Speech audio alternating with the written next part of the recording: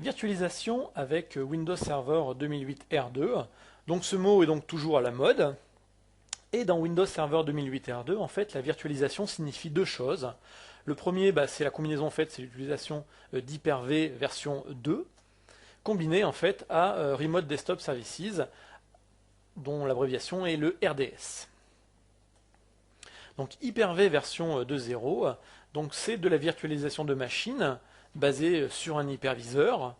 Donc cet hyperviseur fonctionne sur une machine physique avec des processeurs Intel ou AMD en version 64 bits et avec les extensions et l'assistance à la virtualisation. Sur cette machine avec un hyperviseur, on va faire donc fonctionner des machines virtuelles.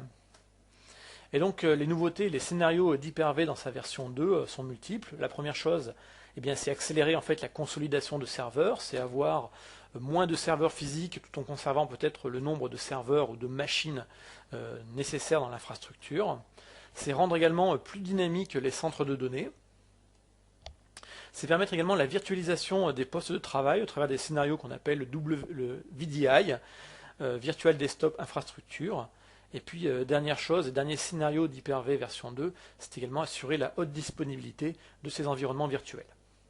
Alors, les nouveautés sur Hyper-V version 2 sont multiples. La première, c'est la Live Migration.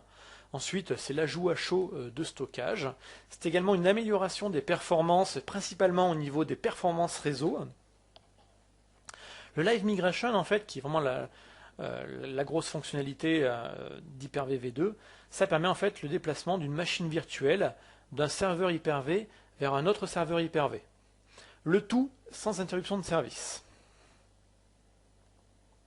En termes de disponibilité, on va mettre en cluster en fait des services, des applications et donc aussi des machines virtuelles. Le tout au travers de services qui s'appellent Windows Server Failover Clustering, donc R2 parce qu'on est dans une version 2008 R2.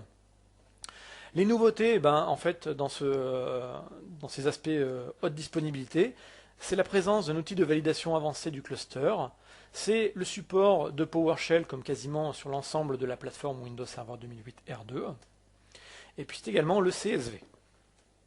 Le CSV, c'est l'acronyme de Cluster Shared Volume.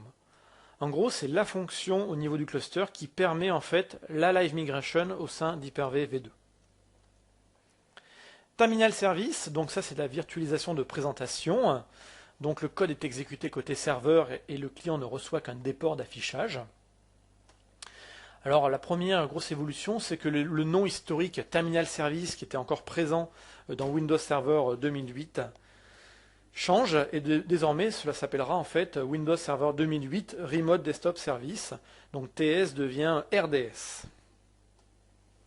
Donc nouveauté au niveau de ces services de terminaux, des RDS, la première, c'est l'évolution de la passerelle Terminal Server qui devient donc le Remote Desktop Gateway. Donc première chose, c'est on va avoir un meilleur contrôle en fait des périphériques qui sont redirigés au travers d'une session Terminal Server. C'est également la capacité au niveau de cette passerelle d'accès d'envoyer des messages administratifs auprès des utilisateurs.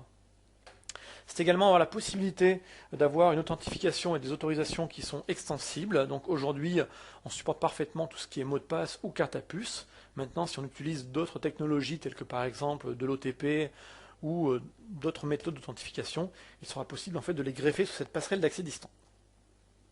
Autre amélioration, c'est l'amélioration en tant que telle du protocole RDP, avec notamment le support multimoniteur, jusqu'à 10 écrans supportés pour une session terminal serveur.